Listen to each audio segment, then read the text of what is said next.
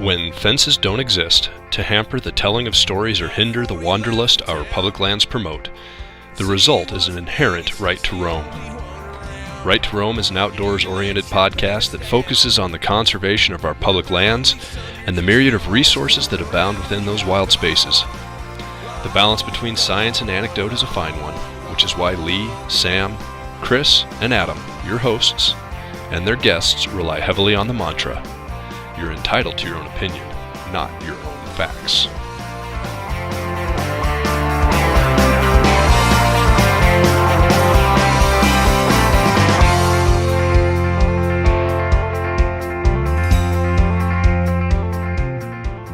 Who do you think your consumers are? Who are the people that are attracted to that and not just going to the major retail store to buy something off the shelf? I think it's people who are used to doing business that way. The older demographic has a little bit harder time buying something that they haven't touched. And we have an expensive product. You're talking $1,000. I think the younger demographic has some experience with making those purchases online, sight unseen, and saying, I trust that. Because they also know on the other side that if I don't like it, I can send it back. You simply drifted off to sleep. That's nearly 20 years that you've been out here on your own and you got gone. Howdy, folks, and welcome to another episode of Right to Roam. This is Chris Sheets, one of your co-hosts. I'm sitting here with Adam Teaton. Yes, you are. And we got Brendon Weaver from Mavenbuilt today sitting in with us, and we're going to just chat a little bit about hunting stories and growing up in Wyoming and what it's like to operate an optics company in the great state of Wyoming. So, Brendon, why don't you go ahead and introduce yourself and Thanks, guys. First of all, thanks for joining us. Yeah. Oh, sure. Awesome. Thanks for coming to Lander to see our little place here.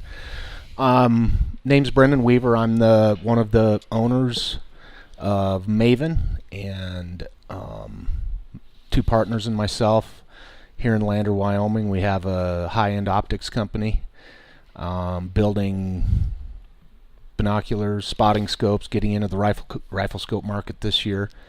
And we've been here operating about 4 years, have product out on the market for about 4 years, and really enjoying being able to do something that we love in the outdoor industry from small town Wyoming. Which is awesome. How many owners do you guys have? Three. Three? And we have 3 owners and an investor. And so it's a small company. We hired our first employee about a little over 2 years ago, and so we got 1 employee and 3 bosses, and we have a part-time guy that comes in and does some shipping. We're getting to the point now where we can't handle all of the shipping just between ourselves and trying to get our other stuff done. But yeah, we're a small business. That poor employee doesn't know which way to turn. Yeah. Who do I listen to? Yeah, but my boss told me. Yeah, exactly.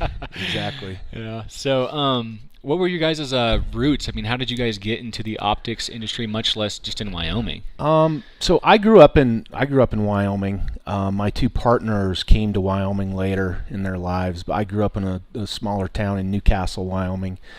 Went to school at the university, left there to be an art and sculpture teacher in Riverton. I football and basketball coach there for a while, about 5 years.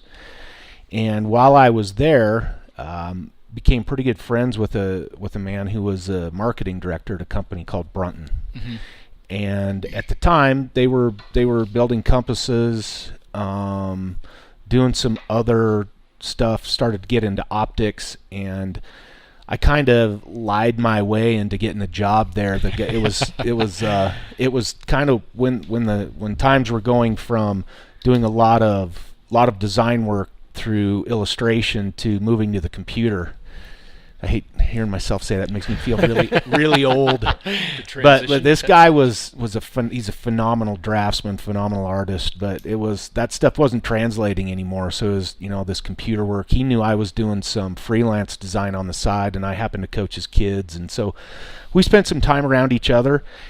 And he asked me if I'd ever be interested in getting out of that line of work and doing, working on the computer there. And I said, well, sure, and so kind of we went through an interview process with him, and I realized pretty quick he was he was in over his head a little bit trying to get into the computer. I was in over my head because I'd kind of told him I knew a lot more than I actually did. So yeah, that'll happen. Yeah. Fake it till you make it type exactly. So he offered me the job a lot quicker than I thought he would. I had to just Oh shit, he called my cram bluff. cram like crazy to figure out everything I needed to know. But I mean, it was a perfect time in that company's development. I got to spend a bunch of time in Japan working with optical engineers over there on our several different lines that we were doing, but in particular our very high end line. I got to kind of help lead the charge on that, which was really exciting for me. I'd never, growing up in Wyoming, I had never been on a plane till I was like a junior in high school. Yeah. And then, I get this job. I'd been a teacher. I still hadn't traveled much. I get this job, and within 3 months, I'm traveling to Sweden. I'm traveling to Japan, and That's pretty cool. Though. oh, it was awesome. Drinking it was from awesome. a fire hydrant. Exactly. And so it was just like, I had a lot to learn, but I think Wyoming people are special that way. Yeah. Really willing to jump in and work hard. And so we did some really fun things there and got a great background in optics. I'm not an optical engineer. Uh-huh. I do industrial design work. Got to do at the end of my employment at Brunton, we were also a part of a company out of Portland called Gerber, does knives, multi-tools. Got to do a lot of stuff there. So just got a ton of experience with things that growing up I had never had any exposure to. And so we ended up taking that knowledge. We left there because Brunton got to a point where people were real interested in it. It was purchased, was managed poorly at that point for what we were, trying to turn us into something that we really weren't. And we kind of decided, the three of us that started this decided to step away. Did a little bit of something different still in the outdoor industry for about 4 years after that, and then kind of got drawn back into the optics business, and that's where we are today. Got you. So, what out of all the avenues you had to go into different, I guess, avenues in the outdoor industry, why optics? That was, it is funny when you're growing up and thinking about what you're going to do. You don't ever imagine that you're going to be a binocular designer or anything like that, or a podcast co-host. It was something that Brunton went down the path of, and because I was responsible there for several years for all of the product design, as far as the industrial design, and so we spent a ton of time overseas in Japan in particular with optical engineers, so just got a real good understanding for how to build them, and I think that it was interesting work. I love Japan and have made some really good friends over there, and that relationship, which is I think key in any business, are the relationships that you make with people. Because a lot of people in business, they just have a business relationship, and we had a personal relationship with these people, and we ended up coming back to that. I think the Japanese are kind of masters at that, right? They're the masters at that entertainment and that whole side relationship just outside of the business relationship. Well, I think they are, but I think a lot of people go over there, and that China as well, and people go over there and just dictate to them and say, this is what you need to make, but those guys are the experts. They're working on that stuff every day, and when you allow them to have input, when you ask them, well, how should we do this? Yep. They don't know how to take that.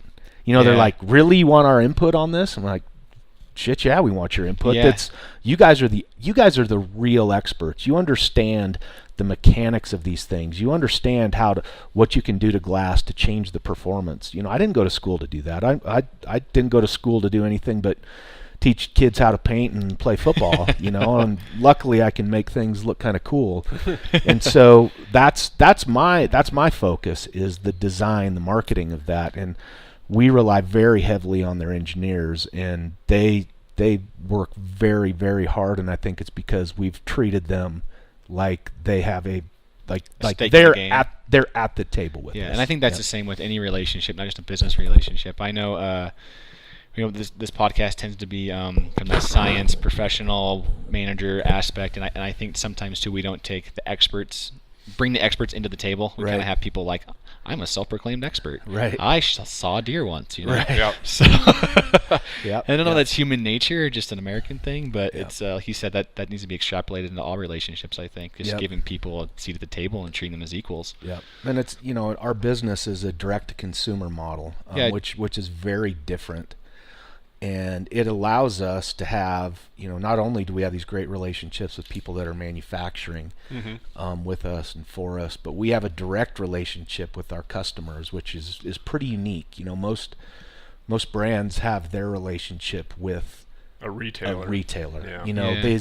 That was what I thought the downfall was of our business when we were all working at Brunton. Was it changed from this focus of building this business through mom and pop stores, which then gained acceptance through the big stores like Cabela's. Yeah. But we still paid very close attention to those small stores. Well, when we got to be a part of this bigger organization, it's a lot of work to manage all of those accounts. And so they did what a lot of businesses do, and they said, we've got to focus on these strategic partners. And it was Cabela's, it was Bass Pro, it was all these. And well, that's not what we were about. That's not what we were necessarily good at. We had built these personal relationships, and stuff went out the window. That's a very rural Wyoming or rural American mentality, though. Yeah. I mean, it's wanting to go down to the grocery store and know that you're shaking hands with Bob, who's the grocery Exactly. store owner, and you're buying your beef or your Bob vegetables the from him. butcher. Yeah. Yeah.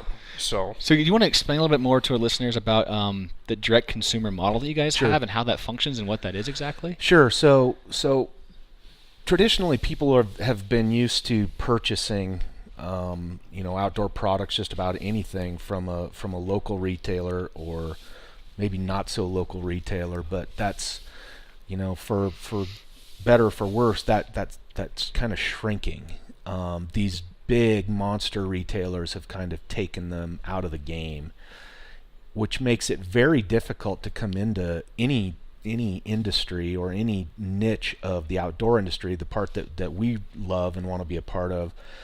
It makes it really tough to step into that, because it's very expensive. And I'm not sure everybody understands that. When you introduce, let's say you introduce a product and you want, it's in the outdoor industry, and we'll just use binoculars as an example since I'm very familiar with that. You go to a great big box store that sells all those that the majority of people are buying their hunting equipment from, and you walk in and there's how many different brands, and each brand has 20 different things. Well, let's say you're lucky enough for them to pick you up, and let's say you've got 4 different binoculars, and they put 5 to 10 of them in each store, but they don't know your brand all that well, so they're not going to pay you right away. They're going to have you put it in there, and let's say they have 100 stores, and you put in, say, 50 to 100 different pieces in each store. That's a lot of upfront money. capital. Yeah, absolutely. And so what ends up happening is, as a smaller company, one, you don't necessarily have the money to do that, but you've got to figure out a way to do it. Mm-hmm. On the other side of it, those big stores expect you to spend a ton of money in supporting that through advertising, whether it's TV, whether it's print, and in the hunting industry, it's typically TV and print. Yeah. And so there you are, out all this money that you put in the product, hoping that it sells through in these stores. Yeah. They have this expectation that you're going to also spend a fortune on advertising to send people in to buy those from their stores. Plus, they want to place it at a certain level in their store. They say, oh, well, your product kind of sits here against these people, so we're going to place it there. So, after a year, and they say, well, it didn't sell through, here's all your shit back. You're done. And then you've floated the cost for the initial installation up front. Exactly. You've paid the cost for the advertising at their request or demand. Right. Yeah, and you've lost a little bit of control with that interaction with the consumer. You absolutely. All of the and that's what I think that was the biggest key, at least for me, leaving that part of the business, was that we'd go to these meetings with individuals from those big companies, and they'd say, oh, I don't like the shape of that, or I don't like the color of that, and it's just like, Well, and I'm not interested in that. Yeah, not at all. That kind of lends itself to a highlight of what you guys do of the customization side of things, and also goes back to the mom and pop. I mean, Bob, I want my steak cut this way. Bob's going to do it for you. The old mom and pop delivery. You can't put that in a retail store. No, you can't. And unfortunately, those are going away. People have to do business differently, and so that's what we decided is we probably at this stage of the game don't have the opportunity to start or can't afford to start the way companies like Brunton started 30, 40 years ago. The way that you can get into that business now is by selling direct, by not going through a retailer. And so there's a lot of benefits on our side. We can keep our company very, very small. We're 4 people. You still remain control over your vision. We have absolute control.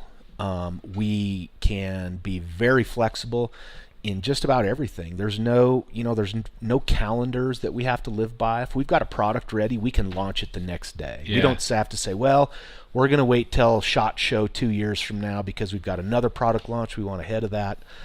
But it also, it's a much slower growing entity than you can experience if you're automatically in every Cabela's in the country.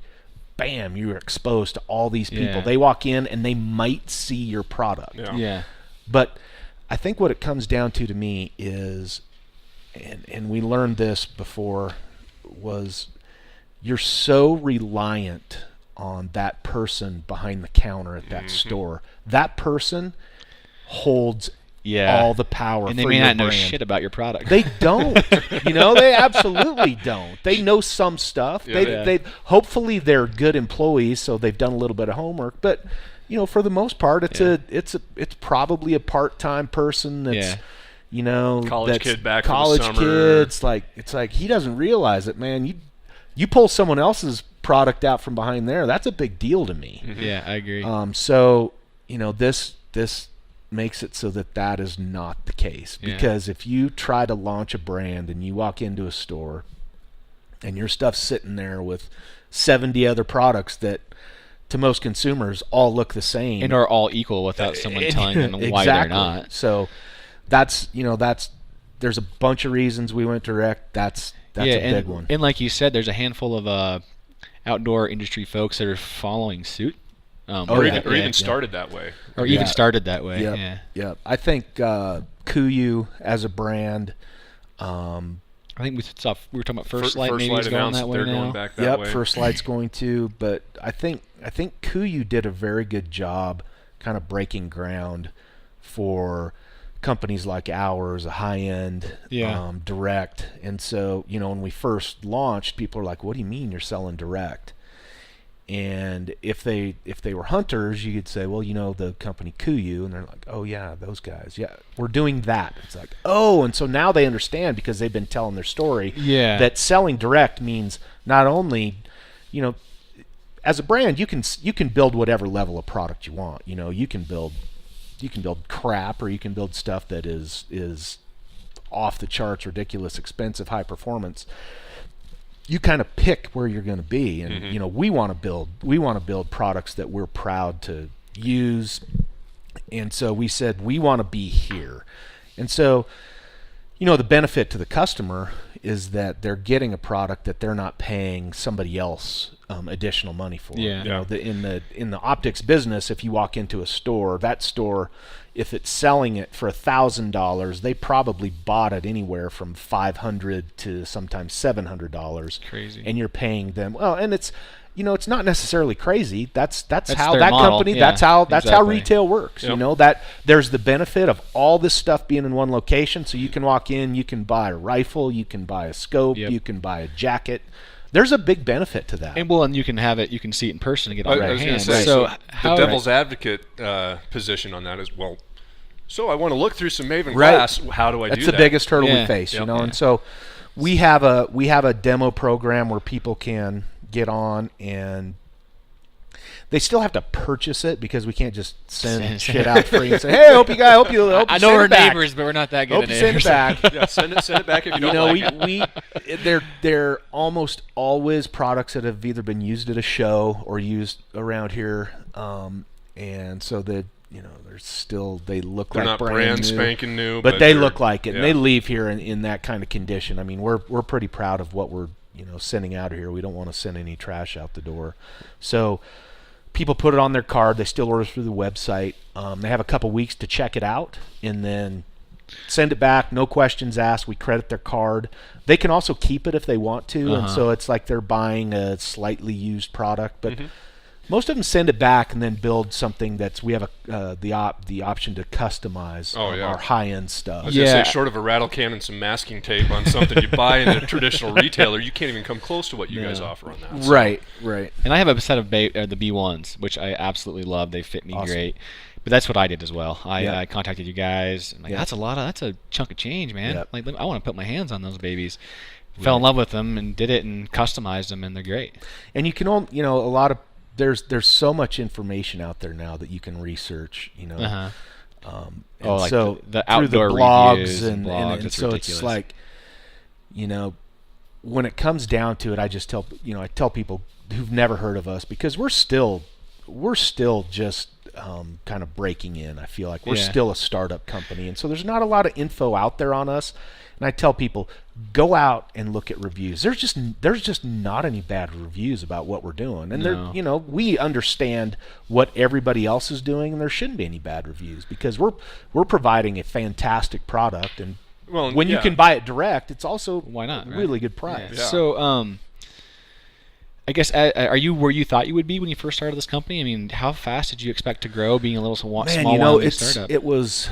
I had talked to Jason Hairston at Kuyu about how what their growth was and how that worked there, and he was really, that company was really, when we started 5 years ago, they were pretty much the only ones doing the high end selling direct, and he said it was pretty quick, but he had an audience because he jumped from Sitka there, and a lot of people followed him. We didn't really have that. Yeah. So he played on the NFL career a little bit. yeah. So I mean, he was offered some good, I wouldn't say advice, but information that we thought, okay, well, we can see how that might apply to our brand. But really, there's no other optics companies at that time that were doing it, so we didn't really know. Got ya. I would say that we're close to where I thought we would be, but I look at it as about 5 years as a startup to get products out there. We're at the end. I think we're at the end of the 4th year, going into the 5th with products on the market. I think one of the things that I didn't understand was the number of avenues that you have now socially. Yeah. I didn't understand how big that was going to be. It's huge. And when we started, we're like, this is where we can exist. Yep. Yeah. But what's happened now is that they have monetized that. That used to be totally guerrilla. You would go after that. It was free. Yeah.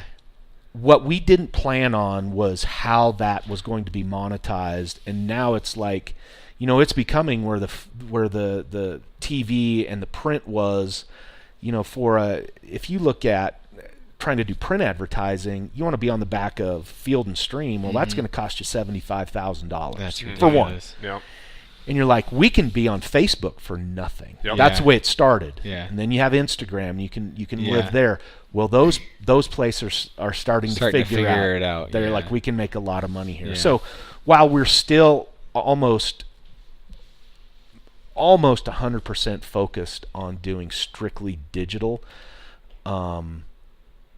the cost of doing that is starting to grow. Yeah. So it's not as easy to jump in and market as it was when we started. Correct me if I'm wrong, but part of the direct to consumer business model includes some of that inherently free advertising.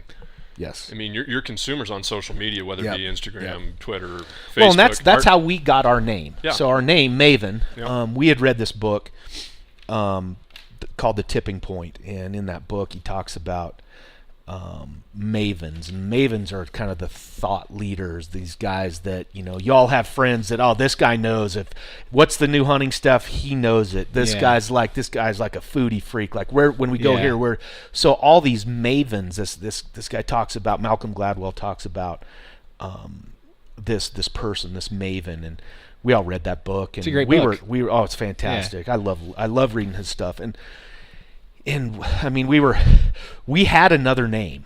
Oh, really? What was it? Seek. Oh, yeah, Okay. yeah. And so our company, I had the logo done. Seek and Destroy. And I was like, what a cool name for an optics company. Yeah, It was right? Seek. It was Hide and awesome. Had a seek really cool logo done, and I mean, it was at the 9th hour. We had or the whatever hour. 11th hour, 9th hour. I don't know why 9th. We did this search, and we had searched. It's almost embarrassing, but we ended up going, maybe we should do a few more searches just to make sure. Seek Outside pops up out of Colorado. Yeah. And we're like, how did we not see that?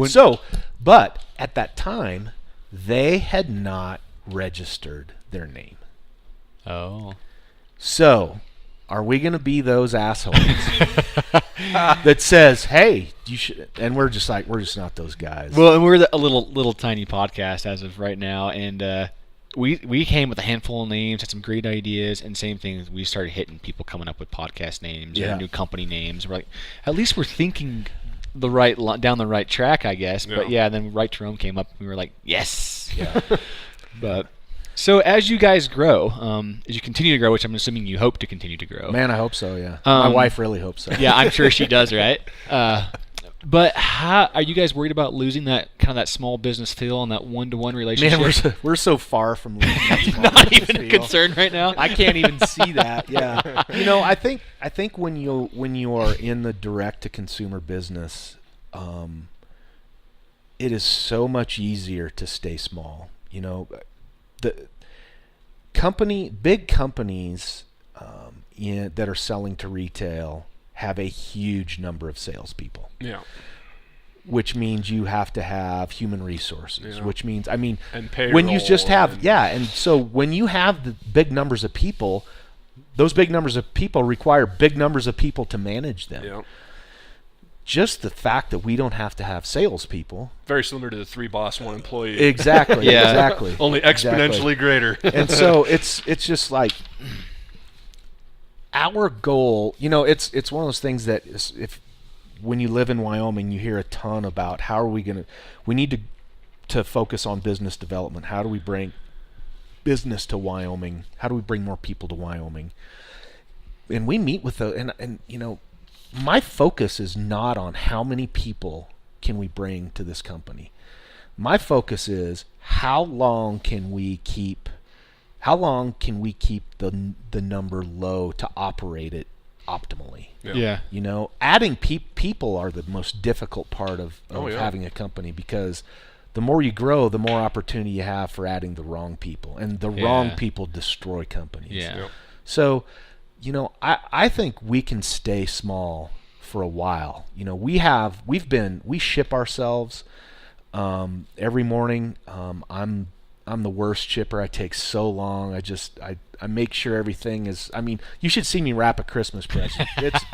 That thing's beautiful, but it takes me 2 That's days your to designer do in it. you, So man. Not exactly. me, man. Not me. I'm a miserable Christmas present. Throw it in a bag. A little tissue So we paper still. and I mean, under we the do all the tree. receiving ourselves. We do all the customer service calls ourselves. Our cell phones. We answer customer service calls Saturday night, Sunday morning, directly. That kind of stuff is going to have to start changing a little bit, especially with the amount of shipping that we're having to do now. We're going to have to balance. We're going to have to find some people that I think one of the cool things, flexibility wise, I think we'll be able to add some positions where it's maybe 4 or 5 people with the flexibility to say, hey, we need shipping done this week. It's every week. An on-call position. Exactly. Yep. You guys are hired. You 4 people are hired.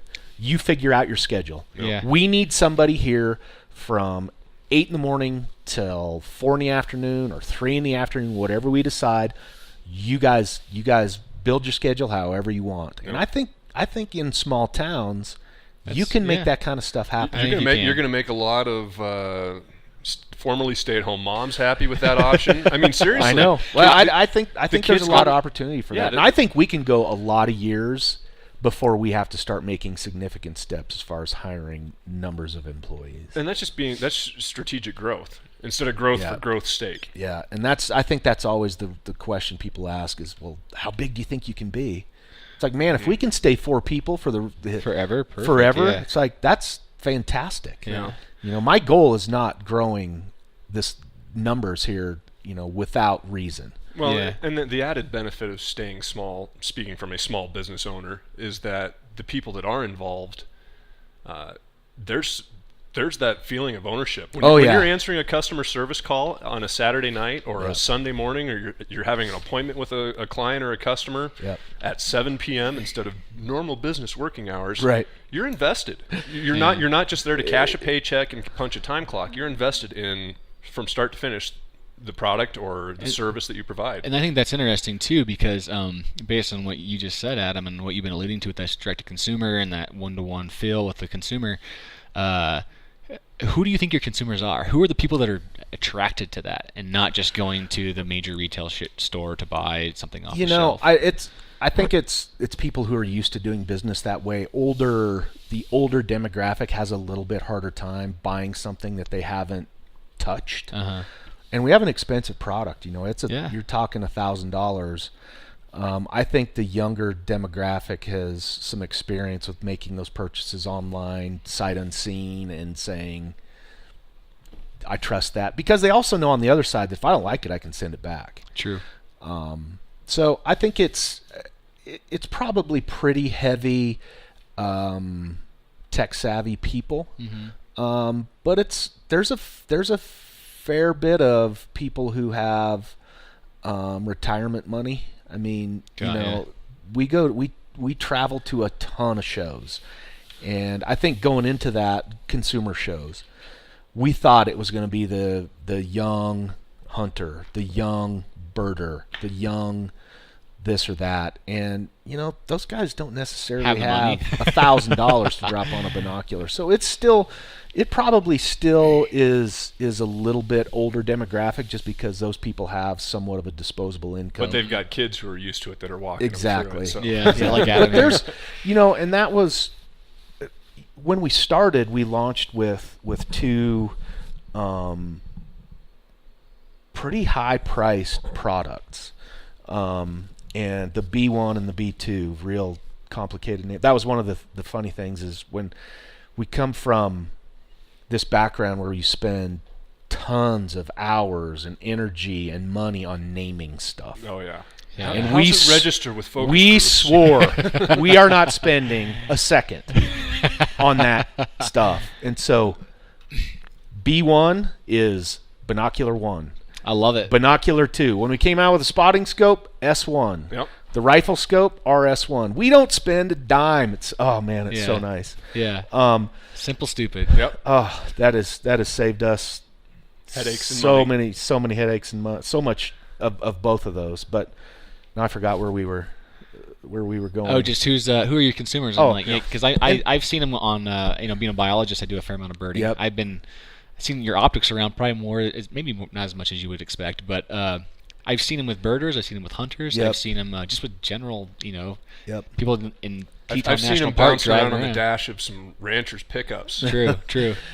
You know, I think we're pretty strong in Wyoming. Wyoming people like Wyoming companies. Oh yeah. And so we've done very well in Wyoming. It's interesting too, because I've done a handful of archery shoots in a handful of states, and I'm always surprised. I pull my binoculars out and I have those B1s, start looking down range. Hey, are those Mavens? Awesome. Oh, well, you got that color? What rings Right. did you get? You know? Right. And, Yeah, that's I'm what like, someone from where'd Colorado you come and from, Montana, man? You know? Right. Like, no, this is a Wyoming thing, you know? But Yeah. it's pretty cool. So I think that you're getting a little bit more exposure than you expect, maybe. Well, I think you know I think we're probably we're going to do well in Wyoming, but it's California's big for us, Texas is big for us. It's Western. Oh yeah. Primarily. Oregon, Washington are big, Idaho, Montana. It's a binoculars, spotting scopes, rifle scopes, pretty Western, especially in the hunting side. Yeah. But it's talking about the person who's our customer when we first launched. I think that was kind of where I was going. Was we just had this high price thing, and we thought you want to be one of those brands that it's like that's the product I want to be able to get at some point. That's the pinnacle. That's what I want to have. And there's a lot of those out there right now, and they're all European, like a Swarovski Zeiss. That's what, and we want to be in that conversation. And so we said we've got to make products that compete there. But I think we realized after going to all these shows, talking to these people, that we are, and this product price is it's not a first purchase. The guy doesn't just go out and make his first purchase. It's $1,000 pair of binoculars. No, just like you don't go out and buy a Ferrari. Right. 16-year-old Ferrari. Take that one off. And I don't know why, but I didn't think a lot about that when we were starting this. I don't think any of us did. And we said, we don't really have an introduction to our brand for anybody that is $1,000 a lot of money. It is. So thought, okay, so people probably, when they get their first binocular, it's either given to them or they pay like $25, $50 for it. That's most people's first binocular. And that's kind of what we were framing this around, because at the time we were, primarily doing binoculars. The next one, if the guy gave his daughter his $2,000 binocular, she's probably done forever. So her first binocular, boom, it's done. But most people don't. It doesn't happen that way. So then they go out with their friends and they're like, man, I tried out that thing, and that's what happens, especially with hunting. You go out with your buddies and it's like big gear comparison. Exactly. It's like, oh, you weren't cold last night in that sleeping bag? What kind of sleeping bag was this? Freezing my ass off. And so that second purchase is where we thought we've got to have something there, because we are the third purchase. We're the one that, okay, now they realize that $25 to $50 binoculars, that doesn't do it. Now I stepped up to maybe the $500 range. I'm like, wow, that's a big jump. Then there's the next jump that is like, I'm making my next purchase is my last purchase. We had that, and we realized that we needed to have the second purchase, so we launched that product last year, and it has been fantastic for us. And there you're getting it's still a very high performing glass, but it's still much less than what it competes against. So I don't know if this is a fair question or not, or we have enough time to get into this, and maybe this is a question you hate answering because you get it a lot. What really separates a high-end optic from, you say, your $50 binocular? It's glass componentry. Okay. It's the cost of the glass, and it's not just the material, but it's the time polishing that, how long the polishing process is, what coatings you're using, the cost of the chemicals, but it's the weight of an optic is the glass, the cost of an optic is the glass. It is all about that. And what it boils down to performance-wise is performance in low light and reproducing true color. Those two things are expensive. And I think as a hunter, for birding for one, the true color is a lot for me. But as a hunter, that low light performance, clarity and low light is everything to me.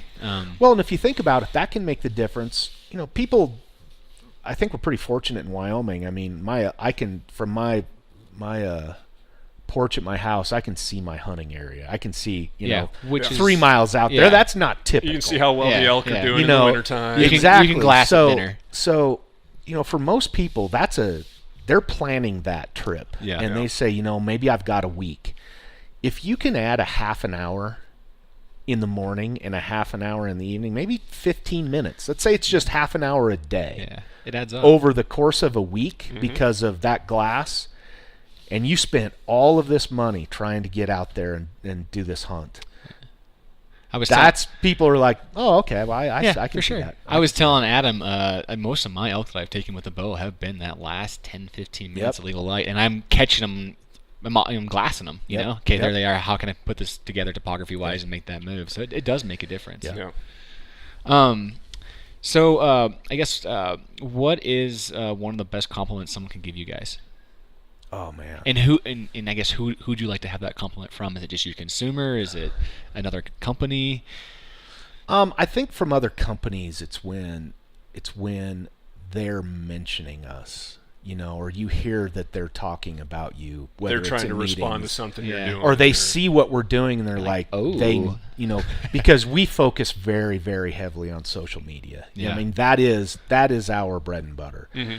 And so our goal is to have the best Instagram, the best, you know, in this niche that we're in. And so, you know, we're not there yet, but we really work hard to be better than our competitors. And so when you hear people talking about, hey, did you see what Maven did there? That feels pretty good. And I think it would probably be different for each one of us here. It's always nice to, when people, you know, from my seat where I'm designing this stuff, that people like how your product looks. Like, wow, I can just... That's the designer in you. This looks like quality. Yeah. You know, that means a lot to me. My partners, that's not their deal. You know, they trust me with that. So I would guess they have different things that they feel are great compliments. I think it's really fun when people visit with you and have no idea that you're for people, and they're just blown away when you tell them that. Yeah, because if like, you're putting out the quality, they're like, how can 4 people do this? Kick this much butt. Yeah. And so I think it's different all the time, but selfishly, I want to make sure that what I am designing is desirable, because if it's not, it won't sell. Well, my wife likes to cook a lot, and she's a good cook, but she always tells me you eat with your eye first, right? And I heard a rumor that you're a little bit of a foodie yourself. Little, but it's really, really important to me, and I pour myself into that part of it. So that's I probably swing more that direction than. But the nice thing is that's not where your product quality ends. No, I didn't like. I hope not. This is a beautiful. Oh, these are beautiful. This is beautiful glass. They put a lot of attention to detail in the packaging, but they're also incredible. You know, glass. and I can make it look like I want it to look like me. I don't want it to look like the same guy that bought the exact same brand. Yeah, the customization. People really like that they have part to love because it, nobody does. Nobody does it. It's a pain in the ass, you know. And so we feel pretty confident that none of our competitors are going to do that, because one, it's impossible to do it on a large scale or on retail. Retail, I mean, you just can't do it. And it's a big stress on your suppliers, because they have to be done one at a time. You know, and those people are used to making big batches of things. Oh yeah, and this is different than that. So people really like that part. It's really fun to be involved to the level where I spend a ton of time on social media just seeing what our customers are saying. I have to believe that guys at the higher levels of these other companies do that, but I don't really think they do. Well, they might, but they're not.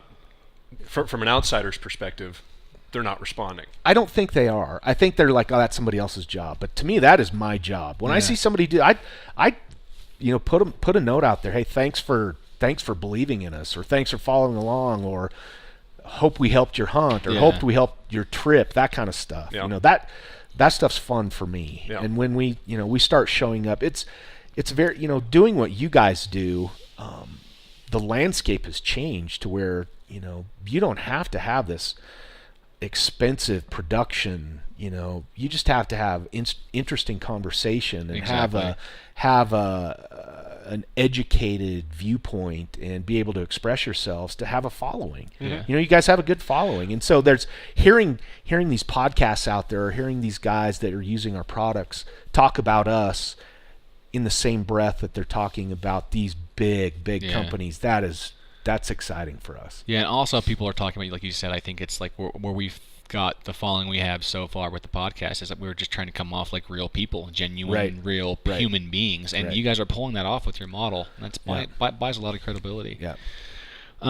So we're talking a little bit about getting to know Maven and just on a personal level, and you want that personal touch. So I'd like to talk a little bit about, I guess, you personally. Just a few things. Did you hunt this year? Did you go out and play in Wyoming? Did you fill some tags? Yeah, I was unfortunately I put in for 6, drew a late season cow calf. I hunt with a pistol. Awesome. What caliber? 7mm/8. Nice. Thompson Center that I've hunted with. I didn't grow up hunting. Oh, really? When I was Newcastle, you grew up coal mining. Yeah, exactly. The black lung. When my parents had me pretty young, and my dad was in college, my mom was helping. She had a kid at home, and my dad would work on the drilling rigs, and on the weekends he would go out and hunt or fish so we could eat. And it was a stressful thing. Which I can imagine, and so didn't have a lot of money. And the day he got a job, the day he graduated, never hunted again. So I never hunted when I was growing up. Interesting. Out of necessity more than he was just it was stressful. Yeah. It was stressful. Yep. It was like we had to do that, or else what are we going to eat this week? Exactly. And so he didn't care to hunt. He didn't want to hunt anymore. And a lot of my friends hunted, but I just wasn't. I was in athletics through school, and it was always tough because it was the end of football season and straight into basketball season. You'd have so a weekend or a week, so why even do it? But some of my friends did, so I was around it a little bit. But I ended up. My uncle took me out duck hunting when I was in college. And I loved it. We never had guns in the house. Did you hunt over dogs or decoys? Or? We hunted. We had a dog. We hunted on the river. He lived in Torrington. He was a football coach in Torrington, and so there's good waterfowl hunting in Torrington, so we were there on the Platte. He had a piece of the river that this guy let him have access to. I'm sure it was one of his football players' dads that let him have access to his, my son to his little week. hunting hole, And so he took me out duck hunting, and I just loved it. It was I loved everything about it. And so, but I was still at the time I was still teaching, and I was coaching, and I didn't have a rifle, I didn't have a shotgun, and so I ended up going out with him a couple more times. But then when I started working at Brunton and doing the marketing stuff there, it became part of my job. And so guy hooked me up with this pistol because I was like, I'd like to be able, I want something super light because I'd like to backpack. But tons of antelope around here, and so I want to be able to use it for that. And so I hunted with this pistol.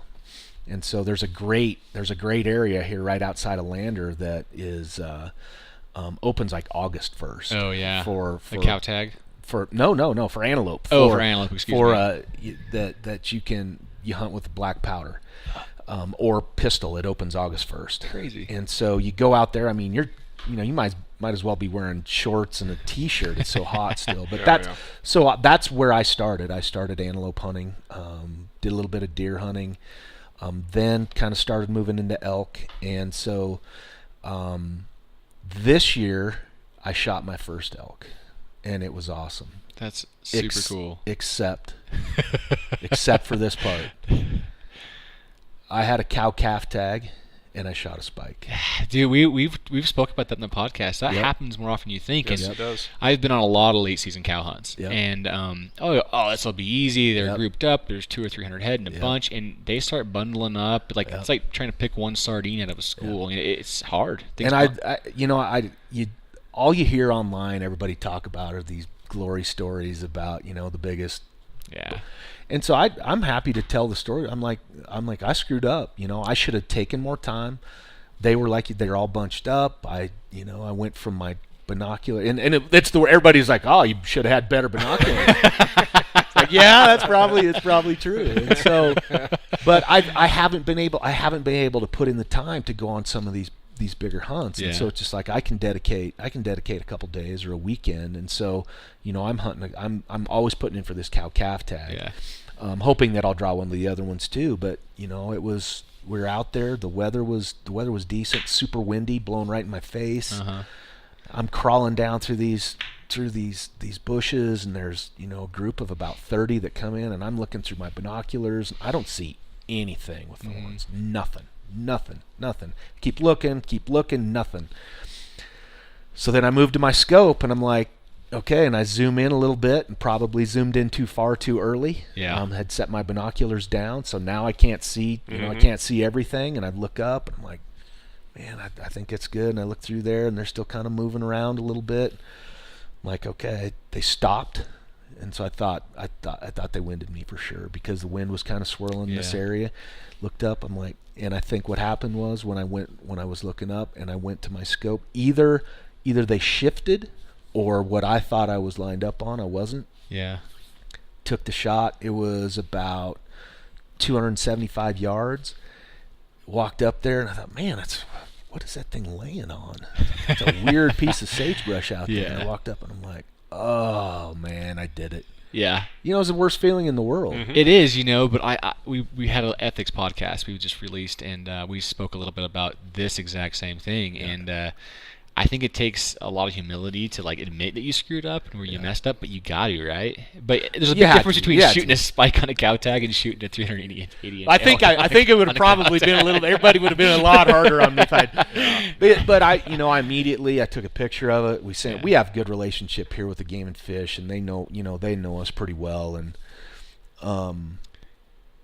most people I know shot him a photo. Said, here's what happened. What do you want me to do? Yeah.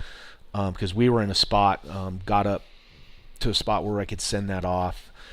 They said, well, dress it out, do whatever you're going to do. Make sure you bring the head down, bring all the meat. And and we took everything off of it, But I fully expected to just dump it. But I couldn't believe it. I came in, talked to those guys. There's you would not believe how many people that we assume this happens to, and they just leave it and run. Yeah. Yep, exactly. It's man, I wouldn't be able to sleep with myself. Well, and I think that's why the game wardens that I've been around where that does happen, and it happens a lot more than you would expect. The spike on the cow tag, they're pretty on a doe tag. Yeah, they're pretty gracious about it because it obviously wasn't something you did as a trophy hunter. Yeah, I'm not trying to trophy hunt. And it was an honest mistake, but they'd rather have you come in and be honest. I'm assuming they gave you a small citation and you kept the meat. Yep. But it's better than that wasting on the prairie and you dump on another one. You know. Yeah. I think they appreciated the honesty. It was. It's having a job like this, being a part of this company. I was just like, man, the worst thing I wanted to do is the Maven guy screwed up right there and did that. But you know what I did, and what was funny, the more people he talked, they're like, oh, I did that same thing. Yeah. But I don't talk. I didn't take the picture. It's like, yeah, I know, but it's just like I think you got to tell. You got to talk about it because it's easy to do, and it would have been easy to avoid. Yep. It would have been easy. Yeah, and there's a learning curve there, and like we were saying, it happens a lot on those cow elk hunts. They just get so bundled up, like an amoeba of elk. It's hard to pick one out, and they just adjust like that at dime. So I was so excited, and because I'm not a trophy guy. I love wild meat. My family loves it, and so that's why I hunt, because I love the meat. I'm not. Just not ever probably going to be a trophy hunter. If I have the opportunity to shoot something and it's You're there, not gonna let it walk. I'm probably not going to let it walk. Probably, but tag soup or right spike elk. I'm gonna take the spike elk every time. Right. Exactly. So it's just I was happy to have that, and congratulations on your first elk. I'm sorry it ended on that note, but the fact that you have the humility and the honesty, I think that gives you way more street credibility. And not only that, the game wardens see you out next time, they know you're not the jackwagon they have to go inspect because they're pulling things by them.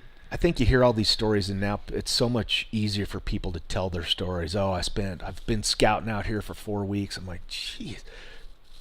I don't have I can't scout for 4 weeks. I'm like, I think this is the, especially if you live in Wyoming, like we said before, where you have access to it. It's like, I can't, at this stage in my professional career, I am trying to help this company grow. I can't spend 2 weeks out scouting.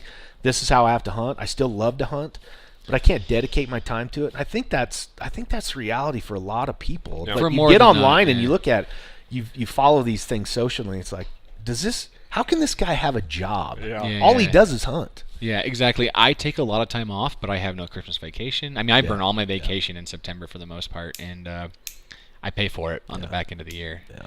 Well, and if you have wife, I have I'm married and have 2 kids. That's Yeah, and Shrinks- I don't have a shrinks kid that. yet. We're my wife and I are expecting in April. so so I've congratulations. just been. There goes the hunting season. I've been stuffing it all in, man. Just like a Have an fat awakening. kid. I'm Well, just hopefully you're in a better position than my family was. That you don't you're like, oh, I hate it. It's too much pressure. Yeah, that yeah. you get to pass that on. But I'm just getting to the stage with my kids where they're starting to get old enough. My oldest will be 12 in 2 years, so he'll be out there. I'll be acting probably more as guide than hunter, which I'm looking forward to. Which is so. equally or more so more Oh, rewarding. yeah. So. Yeah. So you said you like to hunt for the meat. I heard you like to cook. Love to cook. Well, what's your favorite wild game recipe? And Oh man, so last night, and this is so super basic. We have a griddle on our stove. It's like an 8-burner stove, but the middle part of it is like a flat top that you see at a restaurant. yeah, And I still have quite a bit of the backstrap left, and so I cut those into really thick steaks and with butter and just seared them crusty on both sides, and it's just hard to beat that. Yes, it no, is. like It's like hard to beat that. Sometimes with wild game, like salt and pepper and butter. Just- That was all salt and Just pepper and butter, and that was it. My kids are just, simplicity. and my wife's like, "Oh, that is so Yeah. good," Yeah. And so I like to like with turkey, do some different things where you pound out the breast and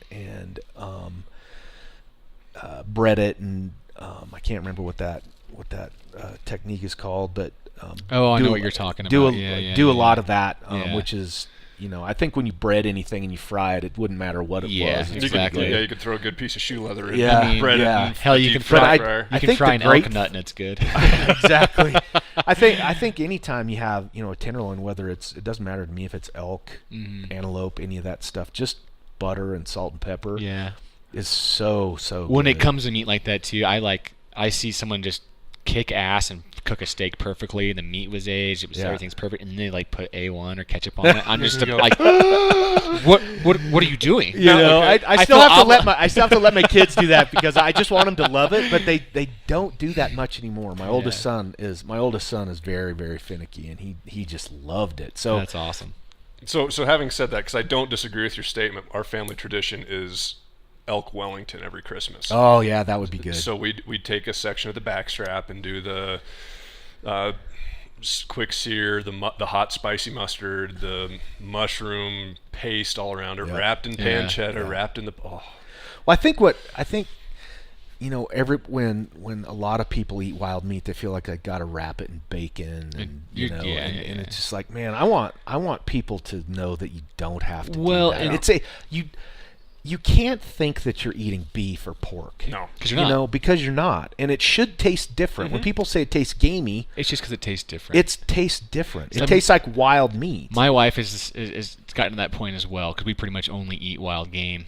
And we went out the other night and she had a beef steak. She's pregnant, hungry, and she was like, "Beef tastes weird all of a sudden." And I'm like, "It's always tasted that way. You've just been eating It something tastes like beef. different. It tastes like beef." Yeah. And then that's the case. We've been doing. Lee Knox actually showed me this trick. You just take the whole front shoulder off an antelope or a small whitetail. I mean, all on the bone, and just put it in like a Dutch oven and braise it in a wine and make a roux and pull it. Oh, it's incredible. Yeah, I have friends who do that, but they cover it with fat and age it for Oh. like 2 years. And, Oh, they're way ahead of where and I'm at. make like a prosciutto. I or don't know if something I've got like the that. patience. I for wouldn't that. either. I went looking in the. Yeah. They have these not a freezer, but it keeps a consistent temperature. And they got these things hanging in there. It's like, That's I don't awesome. know. I don't know if I could walk by. Sit that there every and day. watch this beautiful piece of meat hanging I was there. gonna say I got 3 kids I gotta feed too. They wouldn't have the patience. No. I don't think that's for everybody. That's for sure. Well, Yeah, so I guess we're drinking Melvin beer right now. What's your favorite beverage to wash down this red tasty wild game? My favorite beer is Melvin. I love that beer. All my friends know that, and so you brought some of that by. I was We like, brought some, wow, but somebody must have told you. We had a was little tip. research. It was research. We had a little tip, and I like Melvin as well, so I was like, perfect. You know, we go down. There's a group of us that go down to Denver to the GABF, the Great American Beer Festival, and stand in line at these breweries. This Russian River is the place it's supposed to have it's called Pliny the Elder, supposedly the best IPA in the country, and stand there, and I think this is just as good. And really? But there may be a little tinge of just because it's Wyoming, but it is a good beer. Well, and not just any Wyoming, the booming metropolis of Alpine. Exactly. Wyoming. Yeah, Exactly. I worked for the Teton Science School when I was first out of college and lived in Alpine for a summer. And Alpine's a super little community, good little community, and I'm pissed that Melvin came in like a decade after. Or maybe I'm not. Maybe I wouldn't ever have had a job and went to work. But Well, that was very nice of you guys to bring that by. Yeah, no problem. So I appreciate that. one more thing, I think before we wrap up here, tell us a little bit about your rifle scopes, because this is a new thing for you guys. Yeah, right? so we launched 2 days ago, and I mean it's kind of a soft launch because we won't have actual product ready until May. But we're introducing a new rifle scope called the RS1. Of course, rifle scope 1. Yeah. Simple, stupid. Yeah, 2.5 to 15 by 44. First focal plane, super nice scope. Through the research that we were doing, a lot of people were saying you gotta do something long range, and it's like we didn't feel like we could take that first step out of the gate into a niche market that is occupied by these just ravenous people that have all of these requirements, because I didn't feel like we wouldn't have the respect because we didn't have anything to get respect. You can't start out of the gates with and so it's something that we feel is a very unless you're Elon Musk with the Tesla. Exactly. That's basically what and we're not. But Unfortunately, he could afford to do it. Yeah, so yeah. And so it's a great all around scope. 2 different reticles. We'll be coming out with another more of a lightweight scope here, hopefully before hunting season. Some of the specs on that are still a little bit up in the air, but we're pretty close. But it's exciting. It's same customization platform as no, and the reason that we didn't do it on one is because it's much more difficult on a scope, because on the binoculars we have all of these. There's a lot of pieces and parts around the housing on a binocular or a rifle or a spotting scope. You've got the rubber, then you've got a bunch of accessory pieces along. But a rifle scope is a very bare bones thing. Yeah. And so, it's a tube with turrets. Yep. There's no rubber on it. So did a couple different small features that I'm hoping eventually we can offer some options on. But a rifle scope is also something that a lot of people just want it very, very subdued. functional versus exactly flamboyant. Yeah, and so I think there will be some opportunity down the road to do a few simple things, but we didn't feel like it was necessary as much as and we didn't feel as strongly about it as we did on the binoculars, that you could really make a statement on something on a binocular because you have the opportunity because of the way they're built. Yeah, On a rifle scope, you can put a couple rings on it. You can do some different things on the turret caps, but there's not a lot of room to go crazy on it. Yeah. And rattle cannon masking tape once again. Yeah, there's a lot of people that are putting, they're doing a lot of camo dipping, and that's not necessarily out of the question. But at least out of the gate, there won't be any customization. Mm-hmm. But they'll retail right around $1,200. We're doing a pre-sale from now until they're available in May, where you can buy them for $1,000. After that, they'll be $1,200. But it's exciting. It's a hunter will have a binocular almost all the time. Mm-hmm. Might have a spotting scope, and probably has 6 rifle scopes. Yeah, exactly. So it's in the high-end hunting world. There's the rifle scopes is big business. Yeah. So well, and it's another arrow to the quiver too for you guys. Yep. And when you're an optics company, that's you're kind of expected to almost, right? You are, because But you're also everybody, once you have one thing, it's like, oh, if you only had this. Next up, rangefinders. Exactly. If that's true or not. But They're out there for sure. Yeah. They're out there. But when we just had binoculars, like, oh, if you had a spotting scope, well, then you have a spotting scope. Yeah. Oh, if you only had a rifle scope. Yeah. Oh, man, if you had a then you have that. Oh, if you only had a range finding binocular, and then you have that. Yeah, exactly. It never But it does never end. But it's fun being a part of groups of people that are enjoying the outdoors, and you're able to make it better for them. Yep. Yeah. So that's, we all love being outside, and being in this industry is cool because you get to be around a lot of fun people. You can exist in a place like this where, if I had to wear a suit and tie to work, I think I might tie that tie up around the rafter. Yeah, as a biologist, it's the same way. If I show up to a meeting in a suit and tie, I lose all my credibility Exactly. as a field biologist. Exactly. Like, how much time you spent in the field? Yeah, we were laughing on the way down because Chris goes, I wore a button-up shirt. I was like, I do that every day of the week. There's no I was so way. proud of myself. My wife's like, good job, Chris. There's You no way even I'm wearing match. one because that's what I do every day of the week is wear a button-up shirt. So, well, I want to compliment you from the standpoint of, and you touched on this, enhancing your consumer's experience, because I do think your niche customer is of that mindset, and they're of the mindset from what they put on their feet to what they wear on their body to how they outfit their bow, their rifle, so on and so forth. And being a small business minded or small business oriented style company allows for that more than what might be your competition, and being able to stay true to that, doing it in Lander, Wyoming, is amazing. Pretty cool. So it's cool. We're pretty lucky. Yeah, and we just I'm speaking for every sportsman I know that has a pair of Mavens, which is a lot. It's just awesome to support a Wyoming local homegrown company that is proud to be from here and wants to stay here. Yeah. So and that's definitely true, because you drive downtown Lander and there's 4 stoplights down there. There's no traffic jam. I'm 4 blocks away from home, and it's perfect. Oh man, I wouldn't. And trade like you that. said, what, 30 minutes from Huntnell? 30 minutes from Huntnell. Yeah. Some great fishing to boot. Exactly. Yeah, it's a pretty cool job to have, and we're working hard so that we can have it for a long time. Well, if you have any other words of wisdom for the listeners or anything of that nature. No, I don't. I appreciate what you guys do, going around and giving me some time to talk about my company is awesome. So I appreciate that. Yeah, well, thanks for giving us the opportunity. I tell everybody that, if you ever have questions about what we do, call us. Don't get online. How can people get a hold of you? Yeah. My cell number. Actually, our 800 Is your number. wife always like, who's calling you again tonight? Oh, you wouldn't believe it when people call on Sunday morning and they're like, "Oh, I thought I was gonna get a voicemail." Yeah, exactly. Nope, just eat my waffles. We're at Mavenbuilt.com on the internet. You can see us on Instagram, Facebook, all the social stuff out there. But I always tell people, if you have questions, call. Don't try to do a bunch of research online by reading all these different things. If there's something specific, call and talk. You're going to talk to almost 100% of the time. You're going to talk to one of the owners of the company. Yep, which is unique. Yeah, and and I so think people and respect that's it's unique. But it's not realistic for most companies. You can't call anybody and talk. And we're small enough where we can. I hope we get to the point where it's we've got more people that.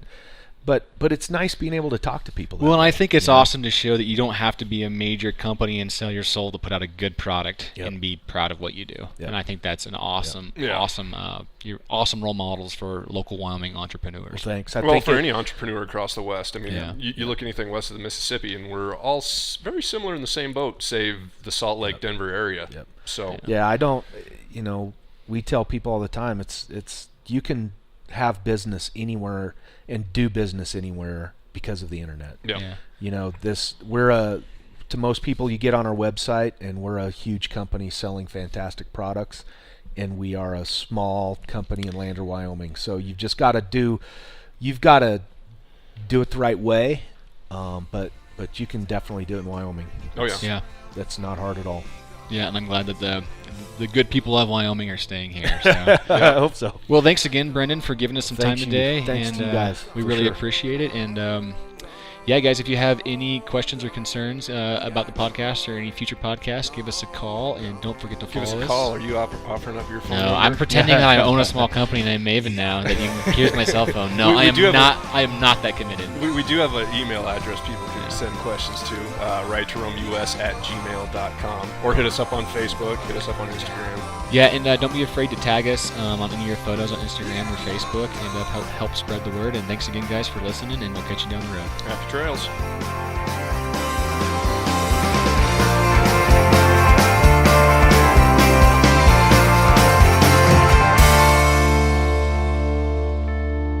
Thanks for listening. Watch your top knot. The views, statements, and opinions expressed by the hosts in this podcast are strictly their own and do not represent a position or stance being promoted by a state or federal management agency unless otherwise specified.